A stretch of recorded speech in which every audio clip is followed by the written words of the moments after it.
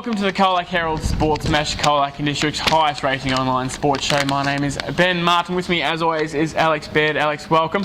Yeah, thanks Ben. Great to be on location today. That's right. We're down here at Colac Central Reserve, where the Colac Shire Council is lobbying for $2 million worth of funding to upgrade the facilities here, as in the grandstand, the off-field facilities and the netball courts. We'll talk more about that later. Right now, we're going to kick it off with the cricket with Alex. Yeah, thanks Ben. Some huge results in Division 1 cricket at the weekend, some upsets and some really close matches. So we'll get into it now with the Colac v Colac West game. And Colac West produced their first win in more than a season. They had their last win in the 2012-2013 season, so went through last season winless, but they knocked off Colac, which was a big upset. The match started with Colac, the Stallions, batting, and they produced a mammoth 257 thanks to tons from Adrian Murray and Jack Spence. So they were cruising along, probably thinking they might notch up their second win of the season, but Colac West came out firing, and Josh Vagg with 137 led the way, and he guided the side to 185 before David Dunn and Lockie Simpkin, 45 from Dunn and 23 from Simpkin, really helped his side over the line. In other matches, Apollo Bay had an upset win too against last year's grand finalist City United. Bay batted first and they set 133 thanks to a top score from Darren Gill, while Dave Treweek continues his strong season with 3 for 32 for United. In reply, United started pretty well with the bat, led by Adam Garner, who scored 59, but just fell 6 runs short, so it was a pretty good effort from the Sharks. They knocked off United with about 2 overs to go, and Verge Murray, he led the way with the ball, taking 3 for 39. In the final match of Colac District Cricket, Stoneyford continued its unbeaten run. They sit at the top of the ladder now, the reigning premiers, with a strong win against Alvey. The Swans set 160, which is not a bad target, led by Andre De Lorenzo, who scored a game-high 76 runs, while Joe Dare claimed 4 for 41 for the Maroon Caps. But in response, Dom Dare top scored for the Maroon Caps with 39, but it was good team batting performance. And for Alvey, Tim McKay took 4 for 33, so he's continuing his strong form with his little off spinners.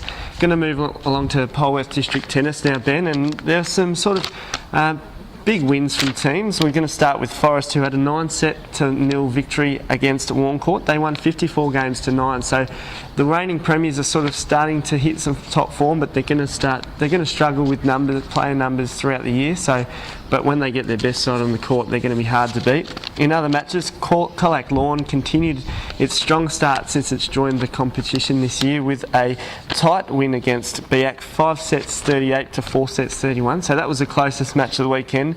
And Kawarren in the final match had a strong win against Colac Indoor. They won 8 sets 51 to 1 set 28 games. So pretty strong games, but the competition's pretty even still in tennis. So that wraps that up, Ben. Thanks, Alex. We're now going to get into the basketball now quickly. In the Country Basketball League, some mixed results there for the Colac Cougars over the weekend. They had a away road trip double-header. Starting off with a loss to Horsham. Unfortunately, on Saturday night, they lost 64-76, but bounced back yesterday with a win against Stawell. A pretty convincing win, 103-77. Liam McInerney, the big centre, he top scored for the weekend with an average of 20 points per game, while Louis Varley averaged 18.5 points in the 2 matches across the weekend. Wrapping it up now with the Corangamite Bowls Division action, just packed full of upset results at the weekend. Just really keeping things exciting, and it's definitely an open competition this season. City claimed top spot with a shock win against last year's grand finalist Simpson, winning 98-67, 3 rinks to 1. While in other matches, Camperdown defeated reigning premier Colac 90-84. Camperdown Golf upset Central 99-78. Colac 2 claimed its first win in the season with a 106-72 win against Cobden. And finally, Winchelsea defeated Apollo Bay 115-72. So that wraps up things for us here at the Sports Mash. But before we let you go, we're here at Colac's Central Reserve to help support the Colac Otway Shire Council's campaign to lobby for $2 million of funding to upgrade the facilities here, the off-field facilities, the grandstand and the netball courts, which are just behind me. The council has $2.5 million already, but need to get up to $4.5 million for the project, which will hopefully upgrade this 1970s sporting ground and keep it up to date. Each year we have about 100,000 people to come to this venue as a spectator or to play on the netball court or the oval across from you. If we had better facilities, we could attract state sporting events. If you think Colac deserves better sporting and spectator facilities, contact Member for Polwarth Terry Mulder's office in Bromfield Street. Contact Labor Party candidate Libby Coker, Australian Country Alliance candidate Phil Edge, and Greens candidate Simon Northeast.